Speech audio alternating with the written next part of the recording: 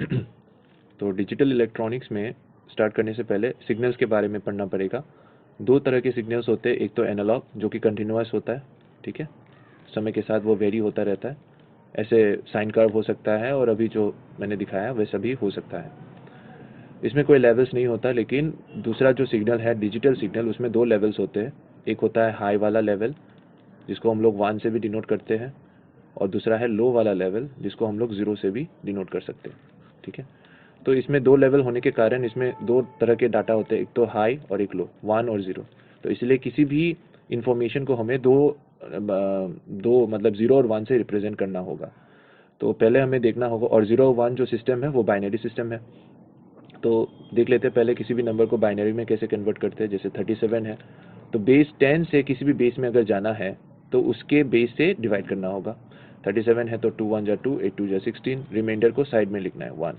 फिर 2 से फिर से डिवाइड करना, 9 2 जा 18, रिमाइंडर है 0। 2 से करना है 4 2 जा 8, रिमाइंडर है 1, ठीक है। 2 से करना है 2 2 जा 4, रिमाइंडर है 0। 2 से फिर से करना है 2 1 जा 2, रिमाइंडर है 0। तो नीचे से ऊपर की तरफ जाके लिखना है, तो इसका आंसर हो जाएगा 1 0 0 1 0 1, ठीक है। कन्वर्जन हो गया। अभी हमें क्या करना है, इसका उल्टा करना है। सपोज हमें 1 0 0 1 0 1 जो कि बेस 2 में है, इसको बेस 10 में कन्वर्ट करना है। तो बहुत सिंपल है, 2 से मल्टीप्लाई कर दो, 0 इंटू 2 प्लस 0 इंटू 2, लेकिन ध्यान से करना, गलत हो जाएगा। 1 into 2 plus 0 into 2 plus 1 into 2। उसके बाद क्या करना है, पावर बिठाना है। तो पीछे से शुरू करते हैं, 0 1 2 3 4 5। अब बस इसको सॉल्व कर लो। 32 plus 0 plus 0 plus 4 plus 0 plus 1 to the power 0 1 होता है। 37 आ गया, बेस 10। नेक्स्ट वाला जो है वो क्या है, नेक्स्ट वाला जो है वो है तुम्हारा वही मतलब बाइनरी से कैसे डेसिमल में जाते हैं। तो यहाँ पे 110 का किया है, मैं फिर से नहीं कर रहा हूँ, ठीक है। उसके बाद क्या है, लॉजिक गेट। लॉजिक गेट क्या होता है, लॉजिक गेट कुछ एक डिजिटल सर्किट होता है, ठीक है। कॉम्प्लेक्स हो सकता है, सिंपल हो सकता है। तो एक सर्किट है जो लॉजिकल रिलेशनशिप्स को फॉलो करता है, ठीक है। लॉजिकल रिलेशनशिप्स को फॉलो करने वाले सर्किट्स जो होता है वो डिजिटल लॉजिक गेट्स कहलाते हैं। और उसमें क्या होता है, एक इनपुट होता है, दूसरा साइड होता है आउटपुट। मतलब तुम कुछ डाटा दो और वो उसका आउटपुट देगा डाटा के हिसाब से, ठीक है। तो अभी इसमें क्या है कि लॉजिक गेट में क्या होता है, इन सब रिलेशंस को समझने के लिए, मतलब रिलेशंस का जो रिलेशनशिप्स है उसको हम लोग एक टेबल में रिप्रेजेंट करते हैं जिसको ट्रूथ टेबल कहा जाता है, ठीक है। तो ये इसका डेफिनेशन है, ए ट्रूथ टेबल और ऑफ ए लॉजिक गेट।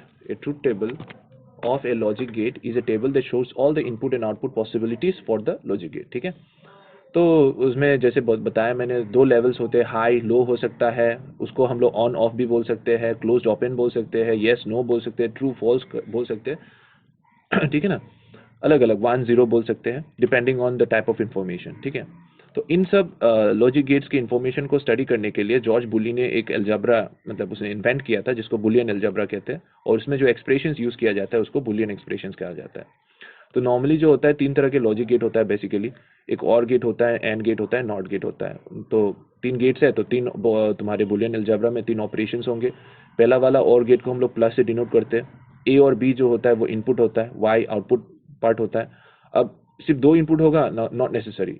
और गेट में दो से ज्यादा इनपुट्स हो सकते हैं, तीन इनपुट्स, 4 5 हो सकता है। और एंड गेट में भी सेम, ठीक है, दो से ज्यादा इनपुट हो सकता है, लेकिन आउटपुट एक ही होगा। नॉट गेट में भी इनपुट, नॉट गेट में क्या है, इनपुट एक होगा आउटपुट एक होगा, ठीक है।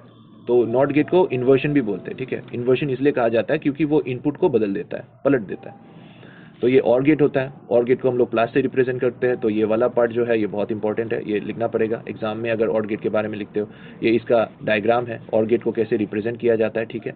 और ये इसका इलेक्ट्रिकल सर्किट है जो और गेट के ऑपरेशन को समझने में हेल्प करेगा। ये जो टेबल है इसको ट्रूथ टेबल कहा जाता है, जिसमें दो पार्ट होता है, ये वाला इनपुट पार्ट होता है और ये वाला आउटपुट पार्ट होता है। तो इनपुट में देखो हम लोग, हमारे पास क्या क्या इनपुट्स है, दो ही इनपुट्स है, 0 या फिर 1, हाई या फिर लो, ठीक है। तो ए 0 हो सकता है या फिर 1 हो सकता है, बी 0 हो सकता है या फिर 1 हो सकता है, ठीक है। तो अगर मान लो कि ए 0 है तो बी 1 हो सकता है, बी 0 हो सकता है। उसके हिसाब से क्या क्या हो सकता है, कितने कॉम्बिनेशन हो सकते हैं, 4 कॉम्बिनेशन हो सकते हैं, ठीक है। 0 0 1 0 0 1 1 1। तो और गेट में बस इतना याद रखना है कि अगर कोई भी एक इनपुट हाई होता है यानी 1 होता है यानी ट्रू होता है, तो उसका आउटपुट 1 हो जाएगा, खत्म बात। तो इसमें देखो 0 0, इसमें कोई भी 1 नहीं है इसलिए ये 0 रहा। लेकिन जैसे ही कोई एक 1 हो गया, देखो 1 हो गया, 1 हो गया तो 1 हो गया, और दोनों 1 है तो पक्का 1 हो जाएगा। ठीक है, तो ये इसका ट्रूथ टेबल हो गया, ऐसे याद रख लेना। दूसरा जो सर्किट है कुछ ऐसे बनाया गया है जिसमें दो स्विचेस है, एक स्विच ए के सिग्नल को रिप्रेजेंट करता है और दूसरा बी के वाले को। जब ये स्विच ओपन होता है तो वो 0 रिप्रेजेंट होता है, और जब ये स्विच क्लोज हो जाता है, ठीक है, तब ये 1 रिप्रेजेंट करता है। तो इसमें अभी देखो 0 0 है तो करंट जा नहीं पाएगा, बल्ब नहीं जलेगा, इसलिए आउटपुट भी देखो 0 है। लेकिन जैसे दोनों में से कोई एक स्विच क्लोज हो जाएगा तो सर्किट यहाँ से करंट ऐसे जाएगा, बल्ब जलेगा। मान लो कि ए क्लोज हो गया तो देखो बल्ब जलेगा 1। ठीक है ना, तो ऐसे करके इसको रिप्रेजेंट किया जाता है। नीचे इसके बारे में डिटेल में लिखा गया है, पढ़ सकते हो। नेक्स्ट क्या है, हाँ अब ये वाला पार्ट जो है ये थोड़ा इंपॉर्टेंट है। इसमें क्या है, यहाँ से सब ठीक है। इन प्रैक्टिस देखो, या ये वाला पार्ट जो है, ये वाला पार्ट जो है, ये इसका असली वो है, वर्किंग प्रिंसिपल है। मतलब हम लोग असल में रियल लाइफ में जो तुम्हारा और गेट जो है वो उसको बनाते कैसे।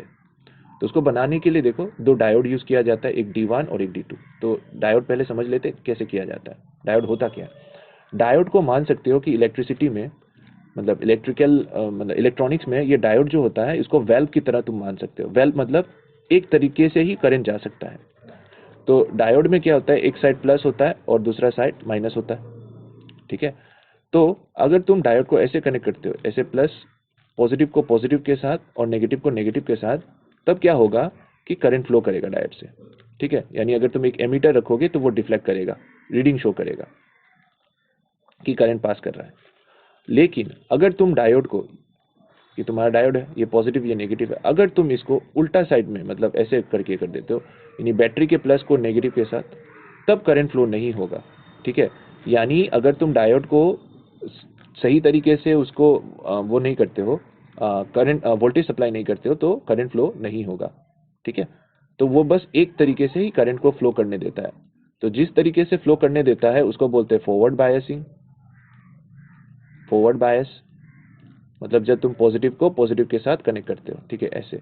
और रिवर्स बायस क्या होता है, जब तुम पॉजिटिव को नेगेटिव के साथ कनेक्ट करते हो तो ये रिवर्स बायस हो जाता है, तब करंट फ्लो नहीं होता है।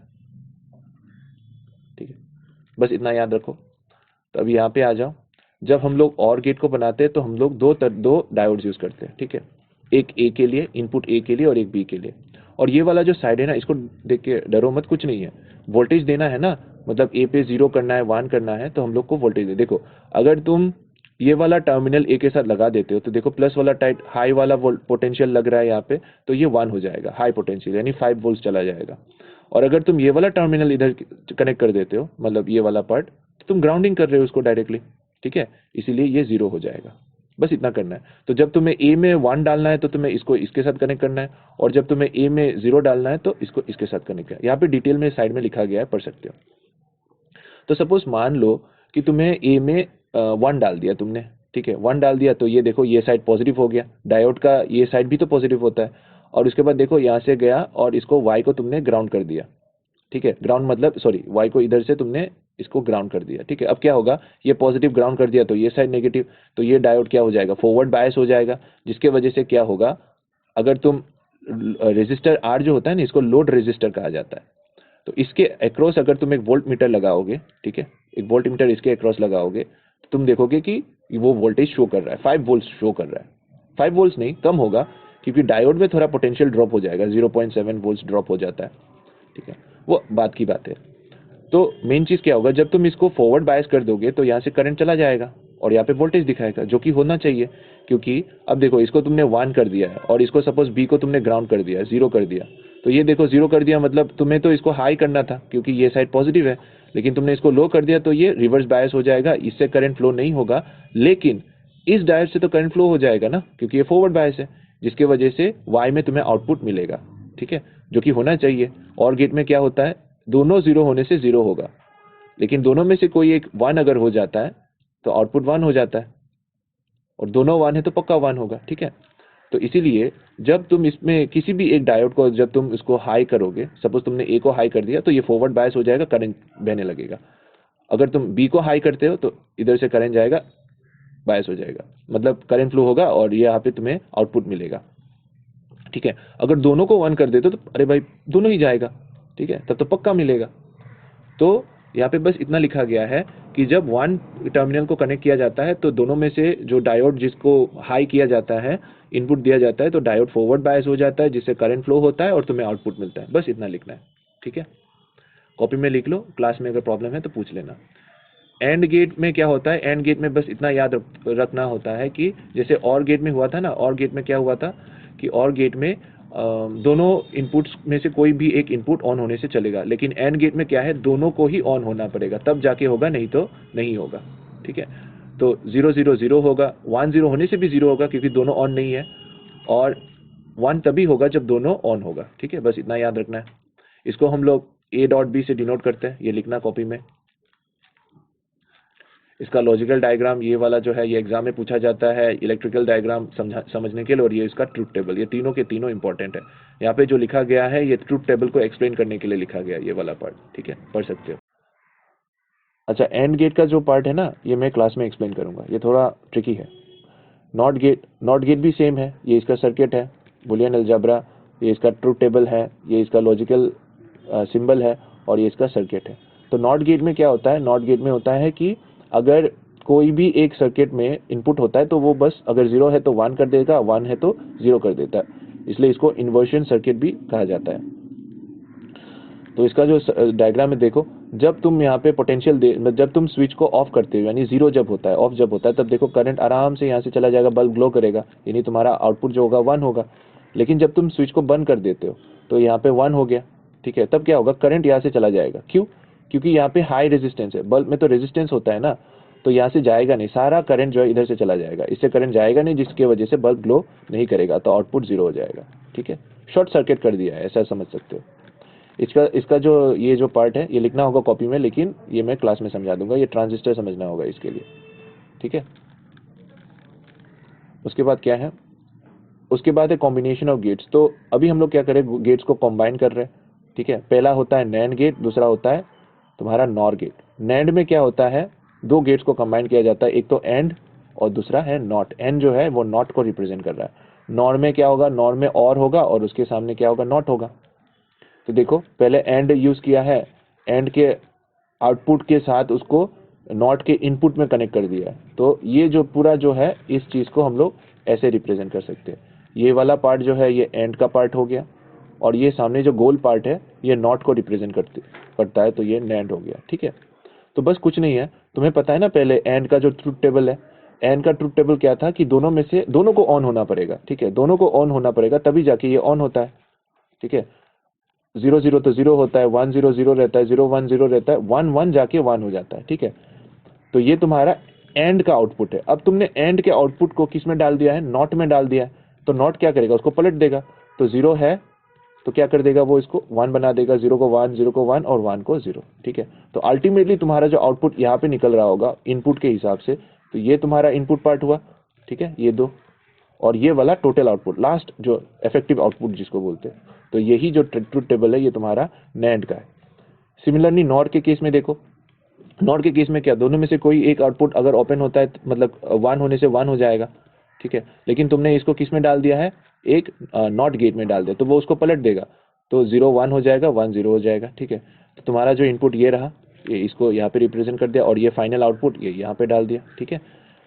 ये वाला पार्ट और तुम्हारा और का वाला पार्ट है, और इसके सामने नॉट का एक डॉट लगा दिया, तो ये नॉर हो गया, ठीक है। ये लिख लेना, ये इंपॉर्टेंट है। उसके बाद क्या है, to produce NOT gate by using NAND gate. तो नैंड और नॉर गेट जो होता है, दो गेट जो होते हैं, नैंड और नॉर जो होता है, ये दोनों ही तुम्हारा वो क्या कहते हैं, यूनिवर्सल गेट्स कहलाते हैं, क्योंकि इनसे हम कोई भी गेट्स बना सकते हैं। तो ये पहला जो है ये कॉम्बिनेशन अगर तुम यूज करते हो तो ये तुम्हें नॉट देगा, ठीक है। तो ये मैं क्लास में एक्सप्लेन कर दूंगा, ये लिख लो। उसके बाद सिमिलरली एंड से कैसे हम लोग नैंड से कैसे हम लोग एंड बना सकते हैं, नैंड से कैसे हम लोग नॉर बना सकते हैं, उसका यहाँ पे लिखा गया, ठीक है, ये मैं एक्सप्लेन कर दूंगा। उसके बाद नेक्स्ट जो है वो क्या है, जोर गेट, ठीक है। जोर गेट ये भी लिख लो, ये मैं क्लास में एक्सप्लेन कर दूंगा, बहुत ईजी है, बस कॉपी में लिख के रख लेना। उसके बाद कुछ वो है, क्वेश्चंस दिया है मैंने, ठीक है। तो ये क्वेश्चंस का जो सोल्यूशन है ये मैं क्लास में कराने के बाद ये मैं क्वेश्चन का सोल्यूशन का मैं वीडियो दे दूंगा।